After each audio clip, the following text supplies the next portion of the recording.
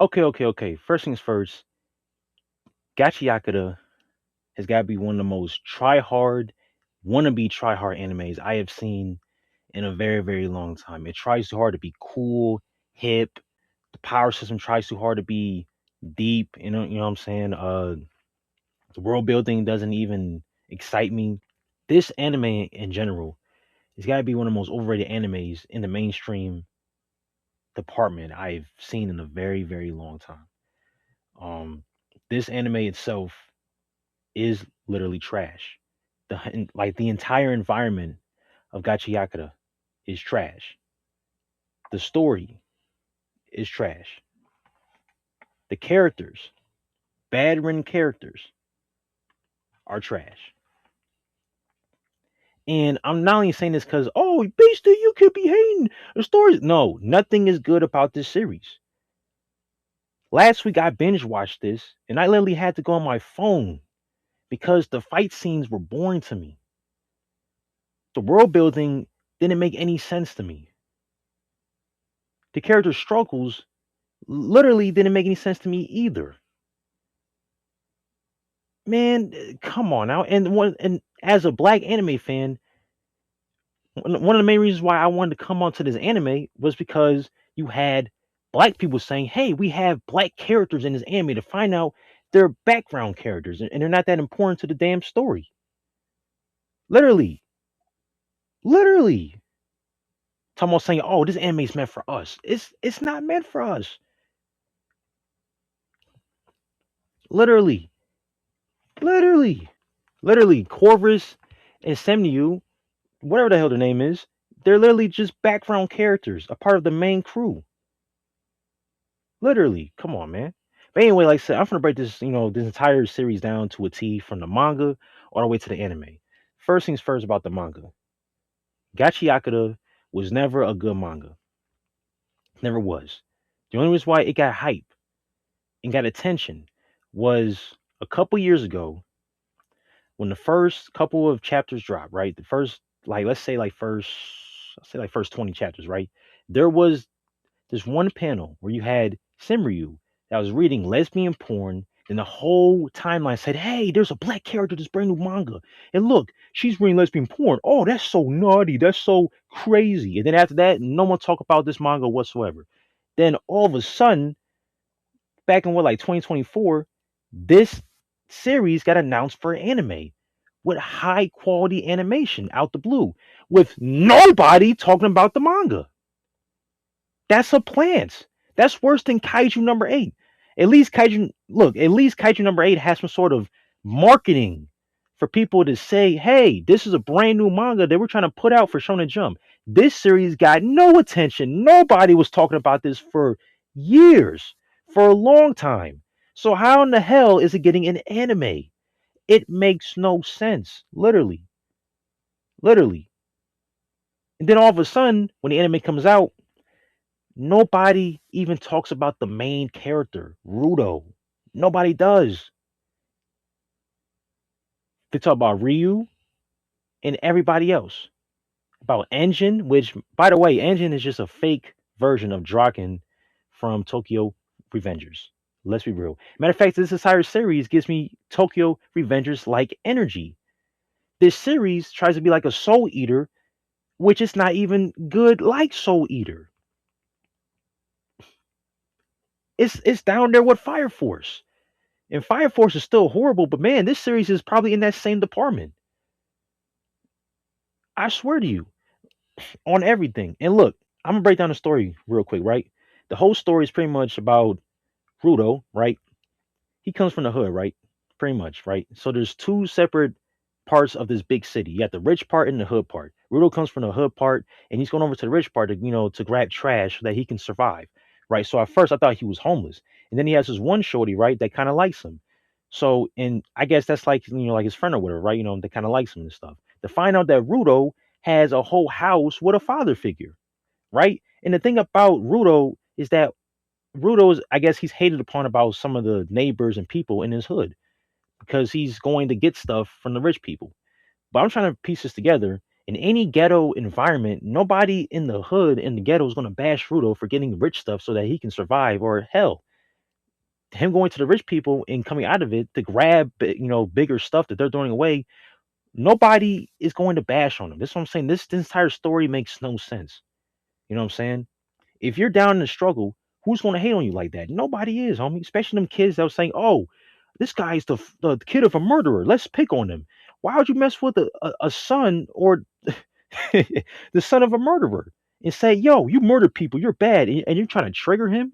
It literally happens in the same first episode, and it's just like that. That was such bad writing. It literally made no sense. You know what I'm saying? It made no sense.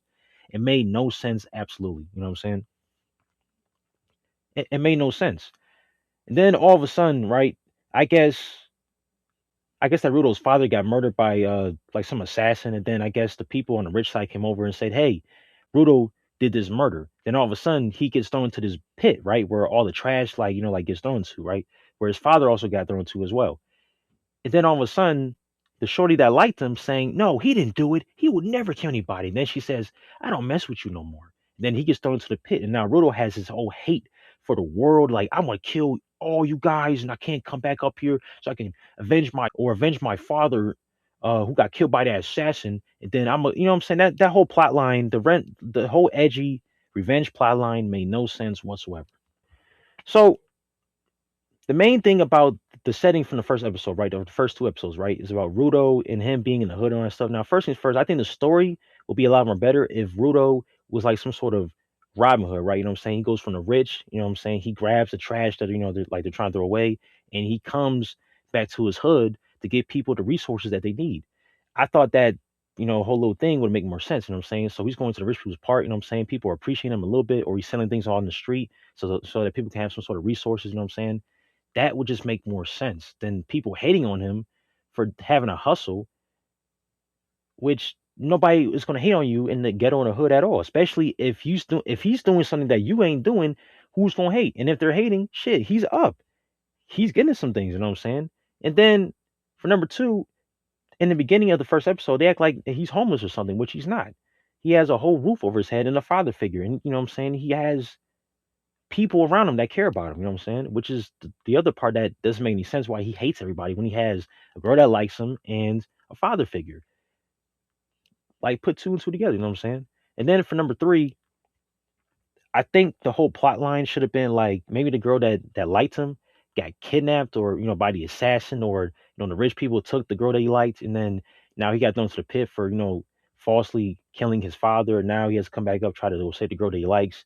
That would make more sense story wise instead of him saying, "Oh, I want to kill everybody because this girl said I'm the murderer," even though he didn't murder the father, which I think the girl should be able to know that, but her switching up too is also very bad writing as well.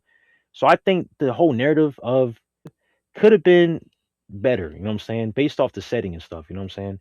That's just my personal opinion, just in general. And then all of a sudden, when he goes to the pit itself is low key not even like this huge wasteland where there's like lack of resources, right? They got buildings down there, they got food, lights, clean water, electricity, you know what I'm saying? Fresh clothes, good resources, you know what I'm saying? Cars and all that. So pretty much Rudo going down to this pit is a lot more better than him coming from his hood, which makes no sense. So that's what I'm saying. The world building itself in this anime, in this story, makes no sense whatsoever. Like literally, he's living a better life in the pit than he was in his hood. So low key, on some selfish stuff, Rudo has no reason to even come back to the damn surface. He's living a good life down here. He has a family, friends, and he got a new shorty that likes him, Rio. You know what I'm saying? So I just don't understand the hype behind the great quote unquote storytelling of this anime. It's not that good whatsoever. Whatsoever. You know what I'm saying? And that's true facts right there. You know what I'm saying? And the fight scenes in this anime too are not that intriguing whatsoever, man. The power system is kind of lazy, you know what I'm saying, where they touch things and the things they touch turn to weapons. It's it could have been done better, low key. And I think this series could have been way better off without a power system. That's real stuff, though. You know what I'm saying? I think the power system in this anime is boring. It's just really boring. It could have worked way better if they just like went around. You know what I'm saying? And had this whole like post like apocalyptic survival story. You know what I'm saying? Where he's in his wasteland, which like I said, it'd be nice if it was if it was a wasteland, but it's not one. And then all of a sudden he just tries to survive off the resources that's being thrown out here, you know what I'm saying, and all these crazy things that are happening. But no, the story is just about him working for this organization because he has his power or something like that, and now he's got to do some type of job and go to different places. It's just like it doesn't make any sense. Like I said, I think the story and the premise could have been way more better, but they just shonified it, which made it seem, or the potential of it is just a huge letdown. Yeah, it's a huge letdown. You know what I'm saying? Um, I can't further explain how badly written this anime is. Um, and like I said, the fight scenes are not that good either. And some of the faces in this anime are just super ugly. And I get like it's supposed to be humor, but nah, bro. The faces in this anime, like especially from Rudo, is just mad ugly, man. Like this is just like mad ugly, my guy. Super ugly. Some of the faces in this anime are super duper ugly, man. Like I couldn't believe this was like actual stuff that came from the manga and got put to the anime. And the thing is, it wasn't even funny when I saw it. It was just like it was just cringe. Like it's what I'm saying, cringe stuff. So I think this anime in general is mostly meant for TikTok people. And I could tell about it, you know what I'm saying? This anime itself doesn't make my mind become a better human. It's like I have to tolerate bad writing just for like 8 hours so I can just make this video here. And to tell you the truth, this anime or this manga or whatever it is, it's not gonna last even to next year. Even with a game coming out, which is even crazier too, that there's a game that's coming out for this series with nobody backing up this series and saying, "Yo, the story is cold, the characters are nice, the fight scenes are cold, the world building is nice. I learned a lot of lessons from this story." Nobody said none of this stuff. Nobody has. You know what I'm saying? And I think at some point, even the author got fed up from her own fan base because people kept on trying to copy her artwork. So I think, just to me in general, I don't understand where the hype is coming from the series. So that's why I call it a plant. This series is indeed a plant, and you can't break it down any other way besides saying it's a plant. Simple and basic. That's just straight facts. You can't deny it. And anybody says they have the manga, they lying too. They have the manga, but they're going to resell it as soon as people stop buying, quote unquote, buying the manga. Right? You know what I'm saying? The manga sales of anything don't mean nothing unless the story is good. And if the story is good and the manga sales are up, then that's good. But if the manga sales are up and the story's bad, it's not worth it. And nobody wants to read bad writing. Nobody wants to read a bad written story. See, this is why I'm saying the manga is so important when it comes to stories because you have to have a good story to keep the reader intrigued from flipping page to page. You know what I'm saying? That's why the manga or the effect from the manga is always going to be on the anime. So if nobody did it for the manga, what makes you think it's going to happen for the anime? It's the same effect. It's the same thing. It's the same thing, bro.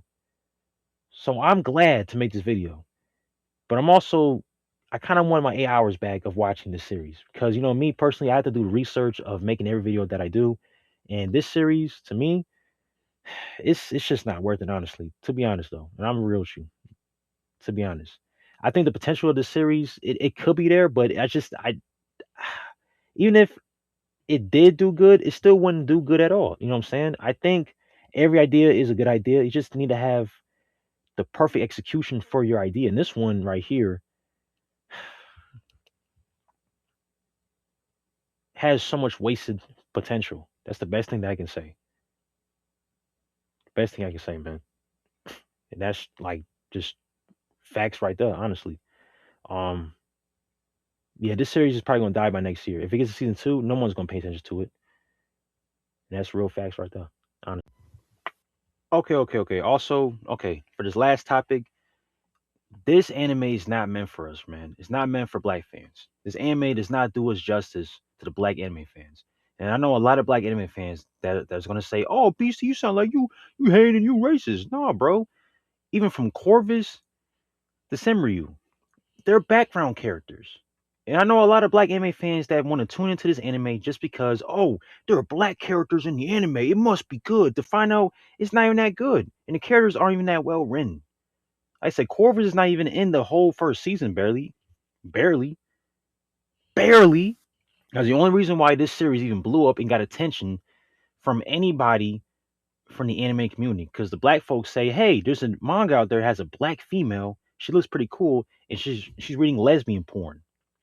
Seems cool to me. To find out she's just a background character. Homie, at this point, when it comes to black characters, and we looking for our quote unquote representation within the anime, we're just gonna be the background characters, man. There's not one anime out there that does us right as the main character. I remember back in 2020, right? You know what I'm saying? Where there's this one anime on Netflix named Yasuke. It was based on the first black samurai throughout all of history, right? First black one, the first one, right? And I thought his series was gonna be cold as hell, right? It was animated by Mappa. It's gonna be like 5 to 6 episodes. You know what I'm saying, it's gonna be cold as hell. To find out that he's a side character within his own story. Not even that, the story was about mechs and some fairy tale fantasy type joint. You know what I'm saying? Even though the opening is raw as hell, the series itself was trash. 0 out of 10. Literally, and it has so much potential. That series was the potential, man, that we wanted, and yet we didn't even get. The first black samurai in history turned to a side character within his own show. His name is in the title, and he's a side character. Once I saw that back in 2020, man, I knew that we're never going to have that quote unquote representation that we need within anime. It's not even possible at this point, especially when it comes to shonen. And I know most black anime fans or most hood weebs, or I'm gonna say hood weebs. Most hood weebs love shonen. They think, oh, because the shonen got fights, flashy animation, and got a black character as a side character, it's a good series, man. It's not. It's not low key. I'm saying we gotta stop looking for this representation within the anime genre for our people, knowing it's already over here in the states that we live in America, bro. Support your local authors who's making graphic novels, who making books. Support them. They have us over here. Not the Japanese who make us into side characters. Support these stories, man. Support the well-written black stories, graphic novels. They're out there, man. Go support those. But as soon as we see a shonen, oh, flashy animation with a black side character, oh, this is meant for us. It's not meant for us. It's not. And even if there was something out there, like for example, when Castlevania had black characters, main characters, they had well-written black characters throughout the whole season of Castlevania. Nobody tuned in, right? We have a whole black mangaka named Felipe Smith who makes manga over there in Japan. We don't pay attention. We don't. We have a whole anime out there named Michiko and Hachin. It's the only anime we have a black woman as a main character. Barely anybody talks about it. And sure, she's Afro Brazilian, but we have a black woman as a main character. It's one of my favorite animes of all time. A black woman as a main character, as an anime, a well-written anime, a good-ass anime, and yet nobody talks about it barely. I see it in their profile pictures, but yet nobody barely talks about this anime. We don't bring it up. We don't. We barely do. So I'm saying to all the black anime fans that think Gachiakuta is our anime or meant for you, it's not. Go support your local artists and authors that are actually making stuff for us. Make that popular. Hell, the content creators. Why don't y'all actually bring some money into making something that's, you know what I'm saying, like some sort of anime, some sort of black anime that we all want. You know what I'm saying? It's the truth. It's the gosh ain't truth, man. To all the content creators out there that make all these millions of dollars, man. If you guys can literally, if y'all can fund some sort of animated project that can bring black stories out there to the worldwide medium, I would be, man, that'd be dope. Instead of going outside and streaming all day and just talking about some nonsense, if they did that, I'll 100%, yeah. But at the same time, though, yo, for all the black or the hood weaves out there, or black anime fans in general that love shonen or whatever it may be, go support your series with black authors in it and find your representation there. It's over there. Literally, it's right in front of us. But nobody wants to go check it out. Nobody does. Nobody. And matter of fact, I'll make a video about this later on. But anyway, like I said, for Gachiakuta, like I said, it's not it's not a good anime. It's a trash ass anime, and it's obvious that it was a plant. It's a plant that rose in trash, literally. Like it's literally like growing, but the plant's all messed up and it's not it has no it never got watered, but yet they still brought it up to make sure it was good.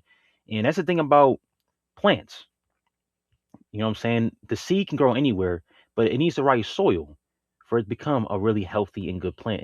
And Gachikataka is just not a healthy, good plant at all. And that's just the truth though. And to me, that's just facts right there. 100%.